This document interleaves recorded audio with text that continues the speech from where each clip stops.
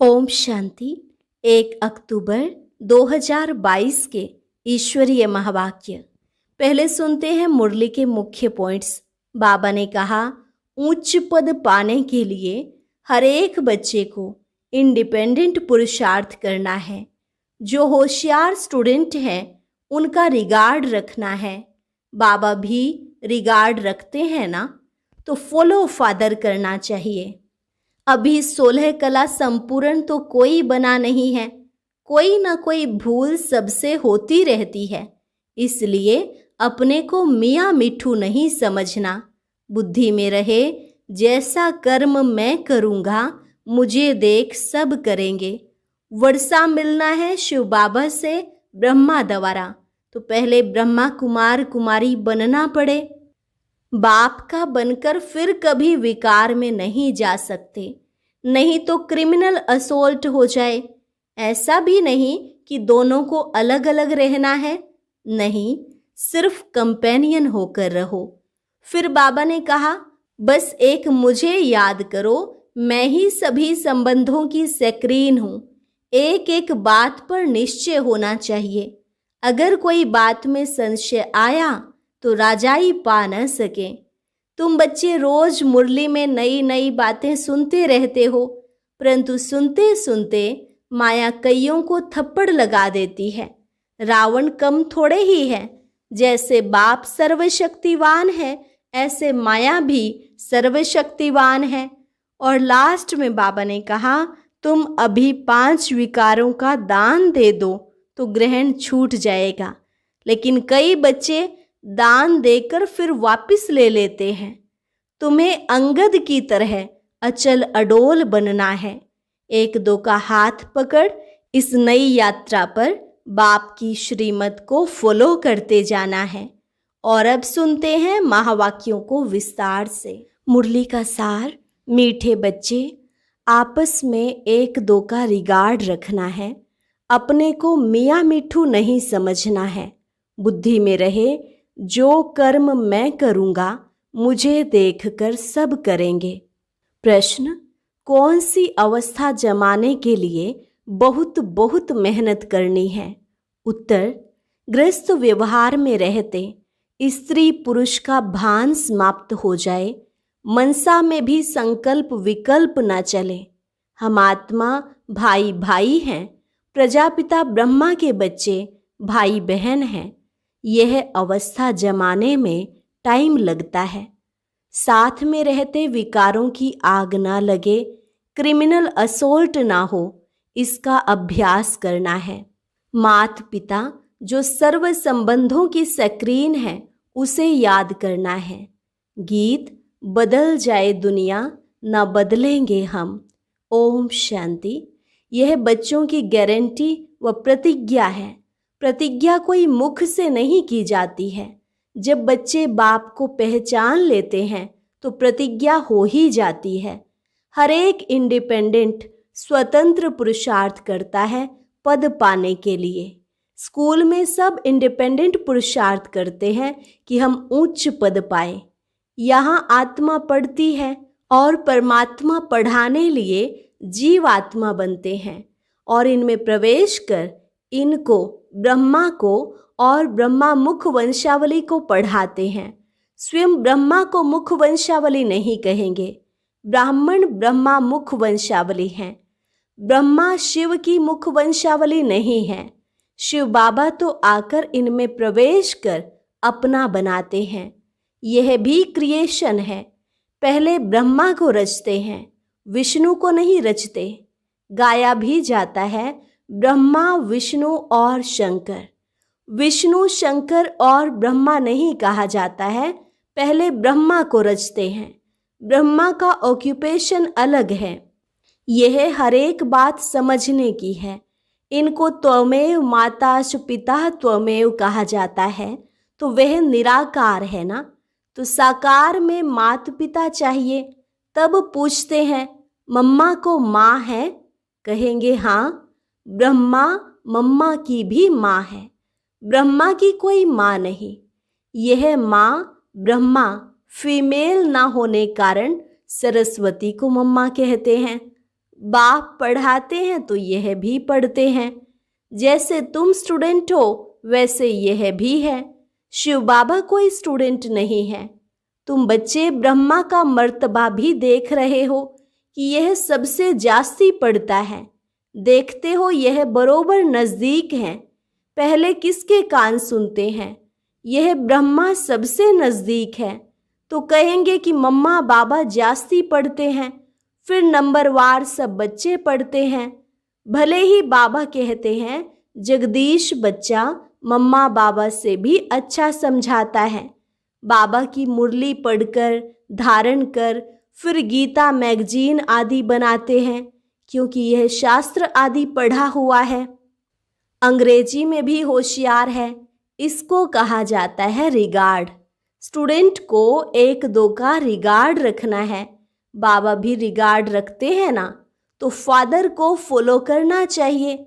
भले अभी 16 कला नहीं बने हैं, नंबरवार तो होते हैं ना। कोई न कोई भूलें सबसे होती रहती हैं, इसलिए अपने को मियाँ मिट्ठू नहीं समझना है। जैसे कर्म बाप करते हैं अथवा मैं करूँगा, मुझे देख सब करेंगे, तो एक दो का रिगार्ड रखना है।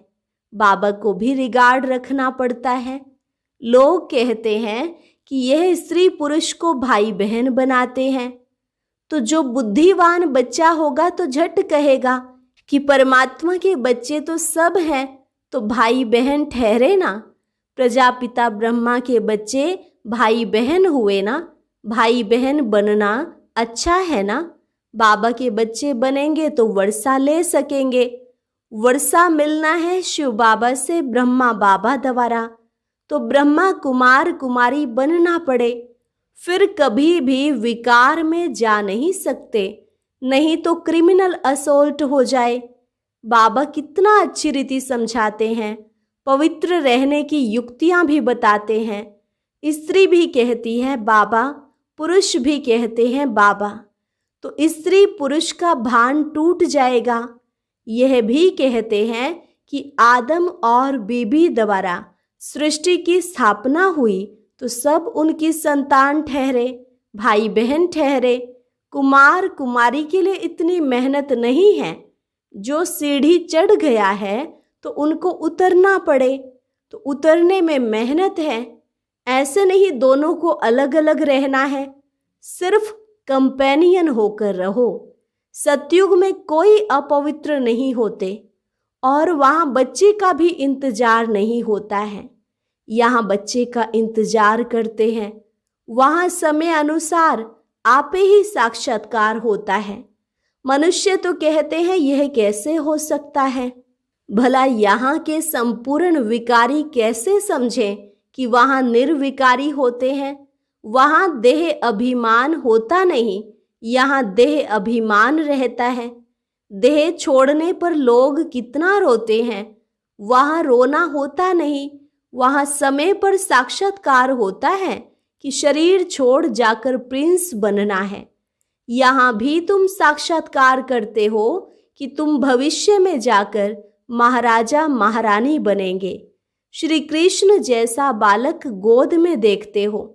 साक्षात्कार से यह मालूम नहीं पड़ता कि सूर्यवंशी महाराजा महारानी बनेंगे या चंद्रवंशी, क्योंकि यह बिल्कुल नई बात है। इसलिए कहा जाता है पहले बाप को पहचानो। बाप कहते हैं देखो मैं कितना लवली हूँ। बाप कहते हैं कि सभी संबंधों की स्क्रीन मैं हूँ। मैं कहता हूँ मुझे याद करो। कहते हैं त्वमेव माताश्च पिता त्वमेव। एक एक बात में निश्चय बिठाना चाहिए, परंतु कोई न कोई बात में संशय आ जाता है, फिर राजाई पद पा न सके। इसलिए बाप कहते हैं मन मना भव। बाप को याद करो तो तुम आशिक ठहरे। यह है रूहानी आशिक माशूक। यह पक्का करना चाहिए कि हम आत्मा परमात्मा की आशिक हैं। श्री कृष्ण सबका माशूक हो न सके। श्री कृष्ण को सब नहीं याद करते हैं। यह बाप कहते हैं मन मना भव। अब मेरे पास आना है, नाटक पूरा होना है, घर जाना है तो घर जरूर याद आएगा। हर एक बात की समझानी मुरली में मिलती रहती है। बच्चे मुरली नोट नहीं करते, फिर वही बातें बाबा से पूछते रहते हैं। मुख्य बात है आशिक और माशूक की।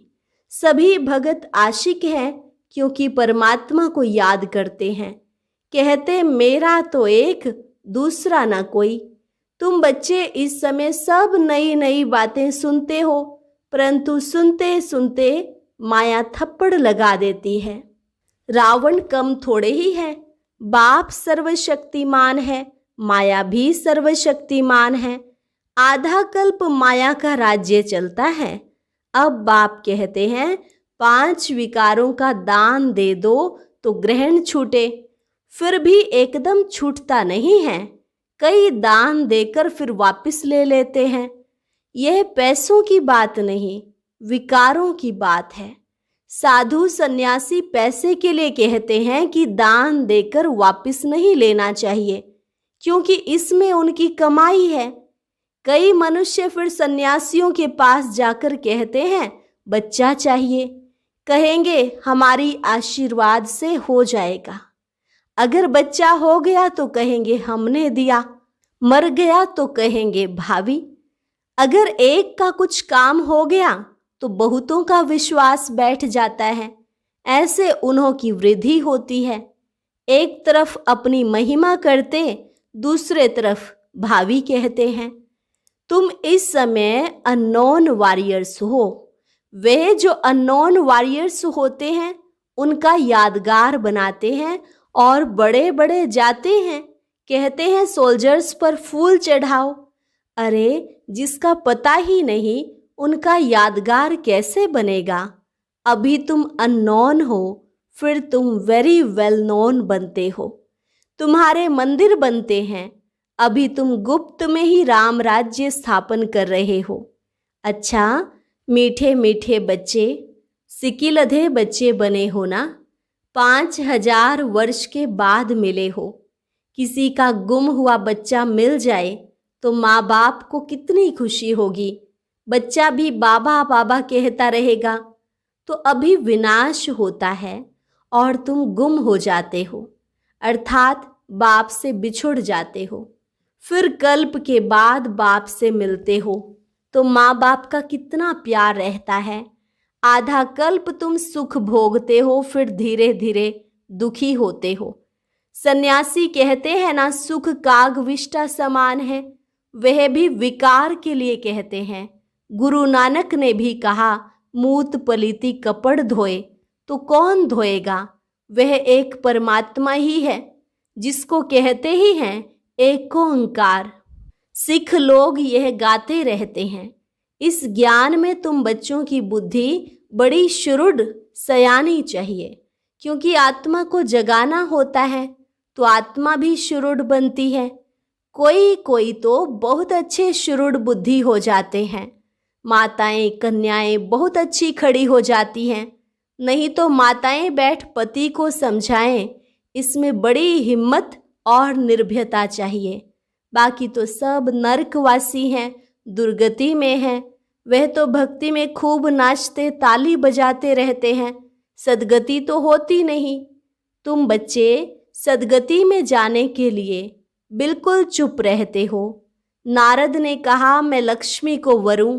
वास्तव में लक्ष्मी को वरने के लिए तुम पुरुषार्थ कर रहे हो। भगत तो वर ना सके। लक्ष्मी नारायण को कैसे राज्य मिला, कब मिला और वह अब कहाँ गए, यह सिर्फ तुम जानते हो। इसलिए तुम मंदिर में जाकर माथा नहीं टेकते हो। समझते हो कि हम ही लक्ष्मी नारायण बन रहे हैं।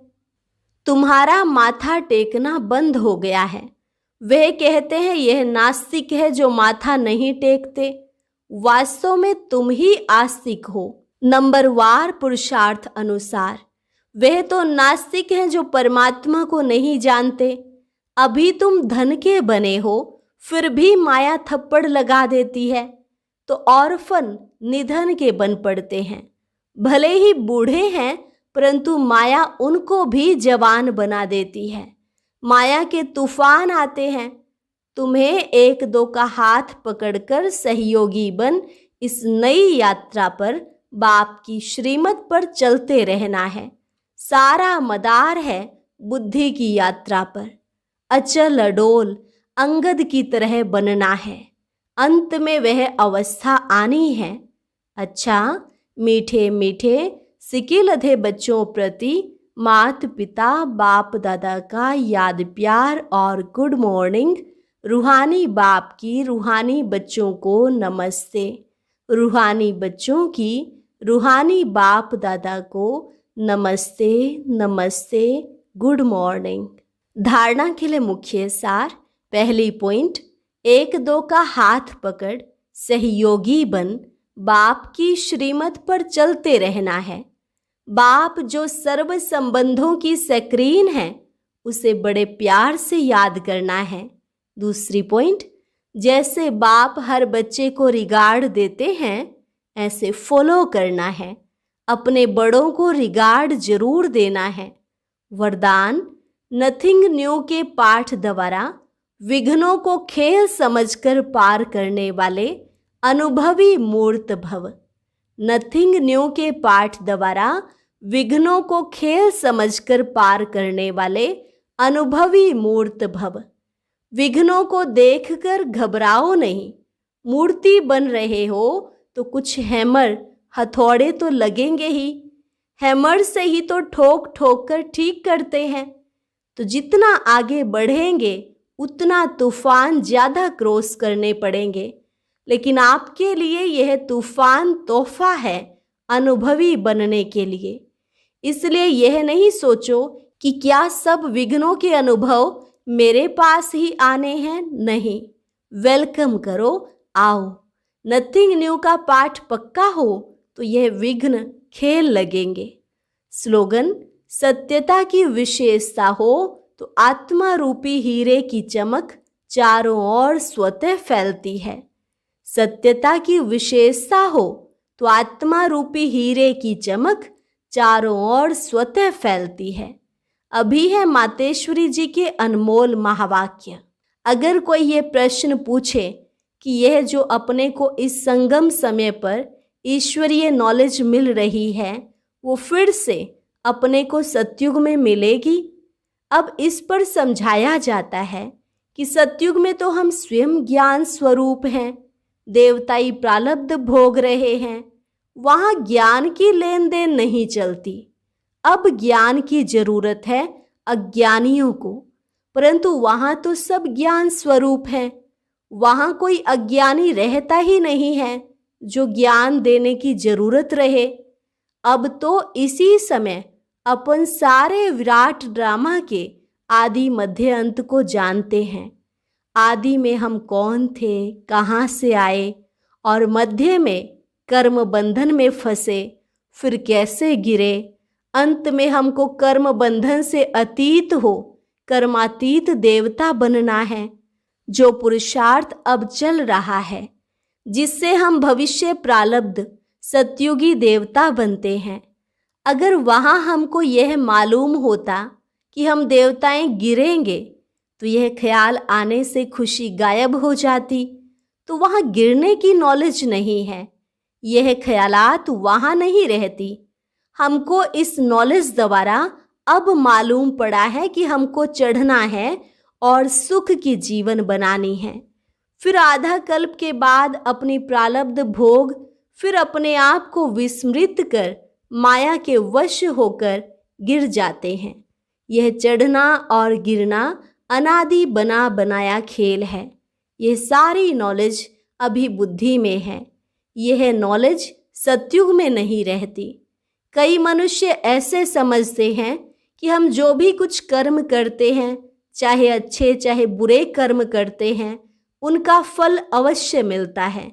जैसे कोई दान पुण्य करते हैं, यज्ञ हवन करते हैं, पाठ पूजा करते हैं, वो समझते हैं कि हमने ईश्वर के अर्थ जो भी दान किया वो परमात्मा के दरबार में दाखिल हो जाता है। जब हम मरेंगे तो वो फल अवश्य मिलेगा और हमारी मुक्ति हो जाएगी। परंतु यह तो हम जान चुके हैं कि इसे करने से कोई सदा काल के लिए फायदा नहीं होता। यह तो जैसे जैसे कर्म करेंगे उससे अल्पकाल क्षणभंगुर सुख की प्राप्ति अवश्य होती है, मगर जब तक यह प्रैक्टिकल जीवन सदा सुखी नहीं बनी है तब तक उसका रिटर्न नहीं मिल सकता। भले हम किससे भी पूछेंगे, यह जो भी तुम करते आए हो, यह करने से तुम्हें पूरा लाभ मिला है, तो यह सुनने से वो लाजवाब हो जाते हैं।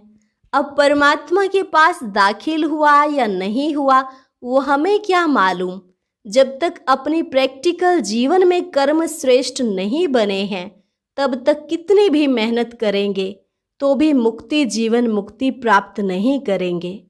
अच्छा दान पुण्य किया, लेकिन उसे करने से कोई विकर्म तो भस्म नहीं हुए, फिर मुक्ति जीवन मुक्ति कैसे प्राप्त होगी।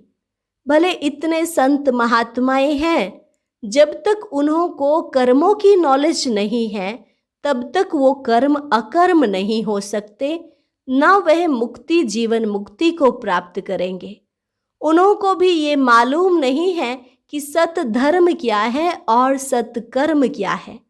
सिर्फ मुख से राम राम कहना, इससे कोई मुक्ति नहीं मिलेगी। बाकी ऐसे समझ बैठना कि मरने के बाद हमारी मुक्ति होगी, ऐसे को भी बेसमझ कहा जाएगा। उन्हों को ये पता ही नहीं कि मरने के बाद क्या फायदा मिलेगा, कुछ भी नहीं। बाकी तो मनुष्य अपने जीवन में चाहे बुरे कर्म करें चाहे अच्छे कर्म करें, वो भी इस ही जीवन में भोगना है। अब यह सारी नॉलेज हमें परमात्मा टीचर द्वारा मिल रही है कि कैसे शुद्ध कर्म करके अपनी प्रैक्टिकल जीवन बनानी है। अच्छा, और अब सुनते हैं आज का अव्यक्त ज्ञान मोती।